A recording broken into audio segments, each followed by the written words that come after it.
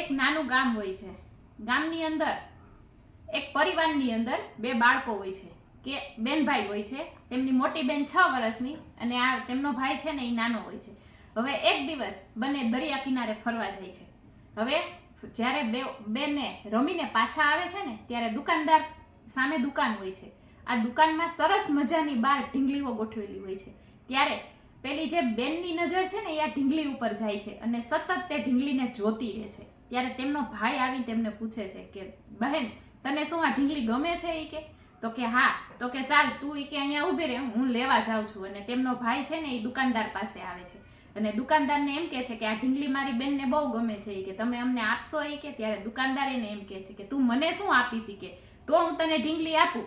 ત્યારે પેલો તેમનો ભાઈ એમ કહે છે કે મારી પાસે તો કાંઈ નથી, પૈસા નથી કે, પરંતુ હા દરિયા કિનારે હું જે ફરવા ગયો હતો ને એ છીપલા છે મારી પાસે કે. ત્યારે દુકાનદાર એમ કહે છે તો બહુ સારું કહેવાય કે આ છીપલા તો પૈસાથી પણ વધારે કિંમતી છે કે, ચાલ આપ મને કે.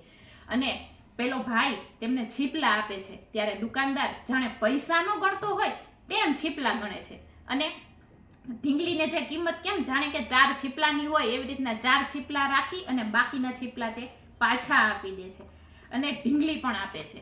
ત્યારે પેલો છે ને બેનભાઈ બે ખુશ થતા પોતાની ઘર તરફ ચાલ્યા જાય છે. ત્યારે આ દુકાનદારનો જે એક નોકર હોય ને એ એને પૂછે છે કે સાહેબ, આ ઢીંગલીની કિંમત તો ખૂબ જ કિંમતી હતી, છતાં તમે એ બાળકોને એમનેમ કેમ આપી દીધી? ત્યારે પહેલો દુકાનદાર એમ કહે છે કે જ્યારે આ બાળક મોટું થશે ને અને જ્યારે તેને પૈસાની વેલ્યુ સમજાશે ને ત્યારે તે મને વર્ષો સુધી યાદ કરશે કે પેલા દુકાનદારે મને ઢીંગલી છે ને એ છીપલાના બદલામાં આપેલી હતી. તેમના મનમાં છે ને પોઝિટિવિટી આવશે, એ સમાજને ક્યારેય નેગેટિવ નજરોથી નહીં જોવે. સાહેબ, આ બાળકોનું છે ને મનમાં તમે જેવું તેમાં રોપાણ કરશો ને તેવું થશે. દરેક બાળકો છે ને એ કોમળના ફૂલ જેવા હોય છે, તેમના મનમાં હંમેશા પોઝિટિવ વિચાર જ નાખો, ક્યારેય નેગેટિવ નહીં નાખતા. અને જો તેમના મનમાં પોઝિટિવ વિચાર હશે ને તો એ આખા સમાજને પોઝિટિવ નજરેથી જ જોશે.